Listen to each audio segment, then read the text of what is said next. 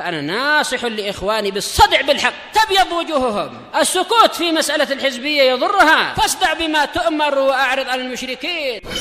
سلامي على دماج ورجالها والشيخ يحيى ودار العلم يا سعد بانيها. Akhir-akhir muka surat 12. Insya Allah yang ini mudah-mudah ya. Masalah ilmu hadisnya insya Allah. Qal anwa'ul hadisil mardudah. Jenis-jenis hadis yang tertolak. Yuqabilul ahadis al-maqbulah al-ahadisul mardudah, yang berhadapan atau berlawanan dengan hadis yang boleh diterima adalah hadis yang tertolak.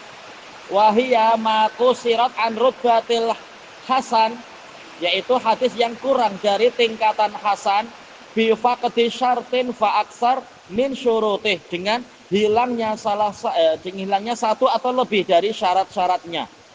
Wa yatafawatu hadza dha'af, kelemahan ini bertingkat-tingkat, berlainan, min haitsu syiddatuhu wa khiffatuh, dari sisi kelemahannya parah ataukah kelemahannya itu ringan. Wal haditsu dha'if aqsamun katsirah, hadis-hadis yang lemah itu jenisnya banyak, disebutkan berpuluh-puluh jenis. Sebab-sebab kelemahan hadis disebutkan oleh Al-Hafidz Ibnu Hatim Ibnu Hibban Abu Hatim di dalam muqaddimah kitab Sahih beliau. Nadkurul masyhura minha, kalau tak salah dalam muqaddimah Sahih. Baik, dulu itu. Kita akan menyebutkan yang terkenal dari jenis-jenis hadis yang lemah. Dha'ful hadis min haitsu faqdul adalati wadh-dhabt. Lemahnya hadis dari sisi hilangnya kelurusan agama dan kemantapan hafalan. Min aqsamih, termasuk dari jenisnya adalah al-mukhtalito, yang tercampur.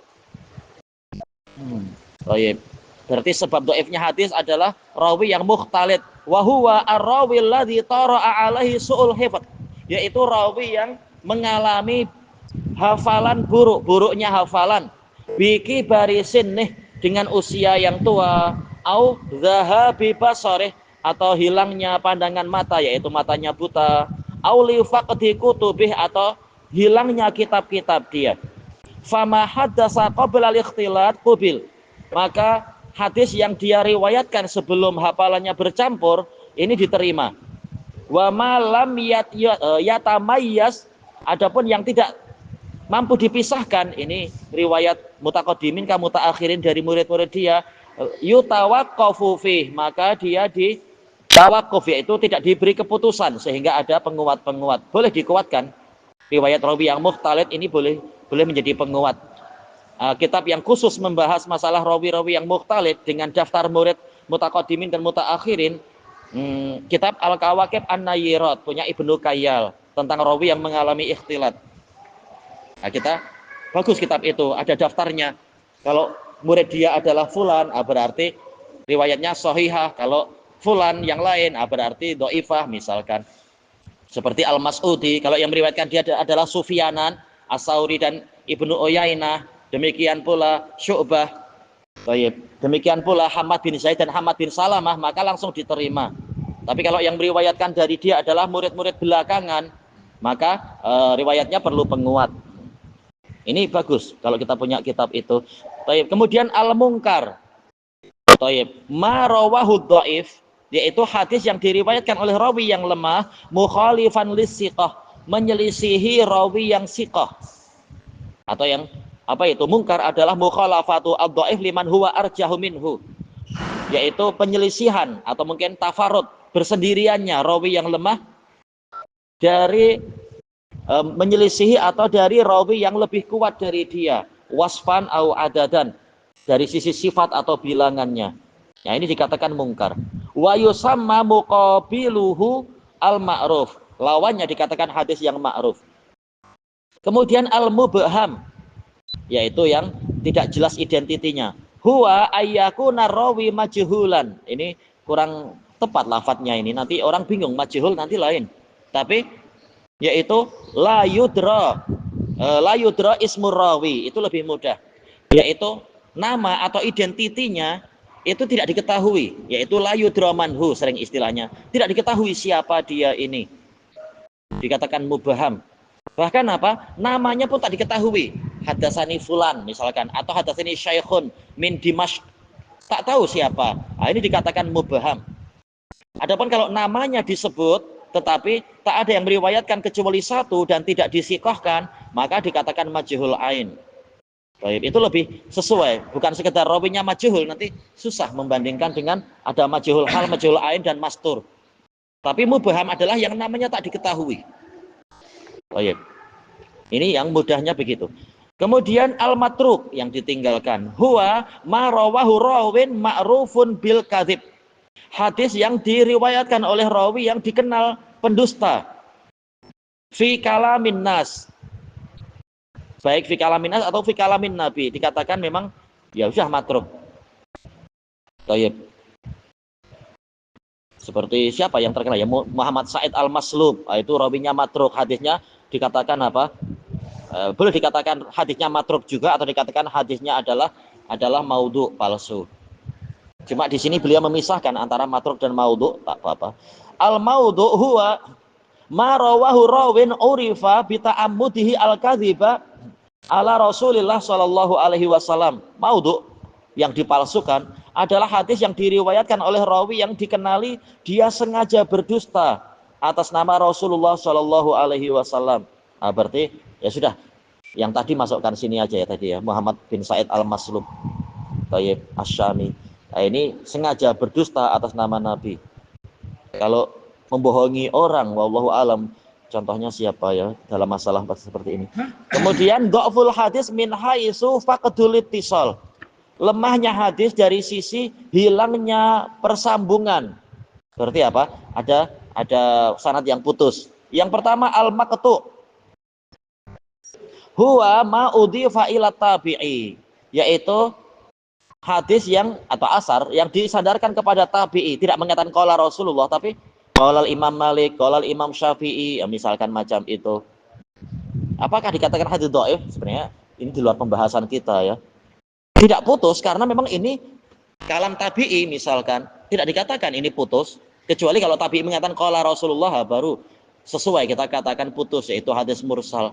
Jelas istilah maqtu dengan mauquf ini di luar pembahasan hadis dhaif karena rawinya tidak mengatakan qala Rasulullah, tapi memang ini adalah ucapan tabi'i atau ucapan sahabat, maka mestinya ini di luar pembahasan masalah sahih atau dhaif. Kemudian munqati, ini yang sesuai. Tapi nggak apa, kita lihat definisi. Yang namanya maqtu adalah ma udhifa ila tabi'i, yaitu suatu kalam yang disandarkan, kalam atau perbuatan disandarkan kepada tabi'i, au ilaman huwa dunah, atau yang lebih rendah dari dia, min qaulin au fi'lin, baik berupa ucapan atau perbuatan, muttasilan kana au munqati'an, baik itu bersambung atau terputus. Nah, berarti memang di luar pembahasan. Sementara tajuknya apa? Hilangnya sambungan. Nah, makanya ini di luar pembahasan, harusnya maqtu dengan mauquf di luar pembahasan. Kemudian munqati. Nah, ini baru layak dikatakan itu. Kecuali seandainya apa? Beliau tidak mencampur. Karena apa? Istilah maqtu terkadang dipakai oleh Al-Hakim untuk menggunakan munqati. Munqati dipanggil maqtu, yaitu terpotong. Nah, kalau itu jelas memang maqtu yang munqati itu yang sanadnya putus. Adapun kalau maqtu yang didefinisikan ini bukan pembahasan sanad putus tapi sebenarnya. Tapi asar ini disandarkan pada siapa?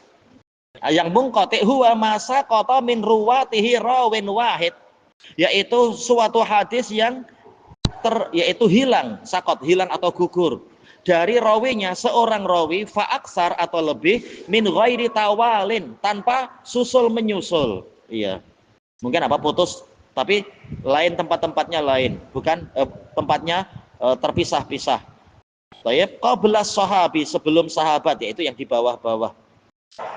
Kemudian al-mu'dhal huwa masa qata min isnadihi rawiyani fa aksar ala tawali, yaitu suatu hadis yang dari sanadnya gugur dua rawi atau lebih secara susul menyusul. Betul-betul dua rawi, rantai itu dua secara beruntun hilang dua orang.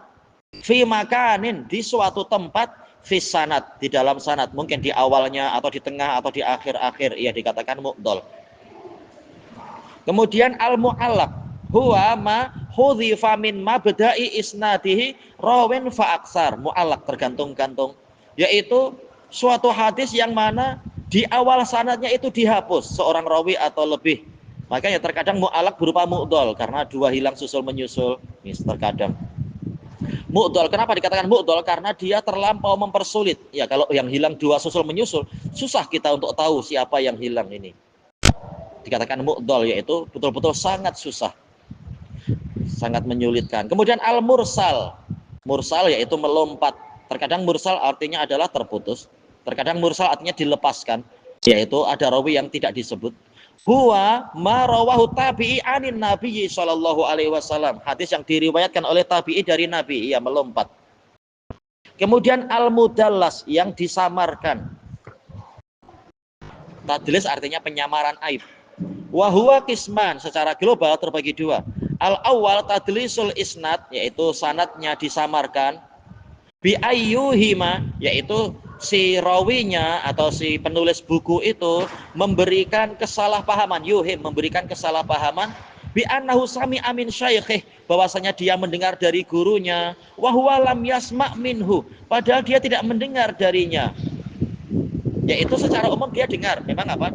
Dia guru saya memang, tapi untuk hadis ini sebenarnya saya tak dengar, saya dapat dari murid yang lain. Ini dikatakan tadlis. Karena apa? Nanti yang lain menyangka, oh ini memang muridnya sih, paling dia dengar dari gurunya, padahal kali ini tidak. Ada rawi yang disembunyikan. Wa yarwi dzalika bi sighatin muhtamilah. Dia meriwayatkannya dengan pola yang ada kemungkinan bersambung dan kemungkinan putus, sekitar an atau anna. Ini tadlisul isnad, ada di dalam sanad rawi yang disembunyikan. Yang kedua, tadlisus syuyukh, yaitu identiti gurunya dirahasiakan.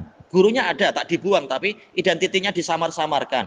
Bi ayyarwiya an syaikhin, dia meriwayatkan dari seorang syekh, fayusamihi bima la yu'rafu bih, tapi menamakannya dengan identiti yang tidak dikenal dengan itu, hatta la yu'raf, sehingga tidak dikenal. Ya, hadatsana Abu Bakar bin Abi Abdillah misalkan.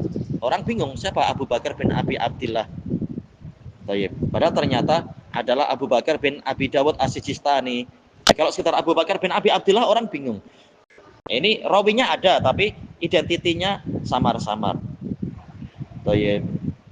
Yang berikutnya dibahas besok insyaallah, wallahu a'lam.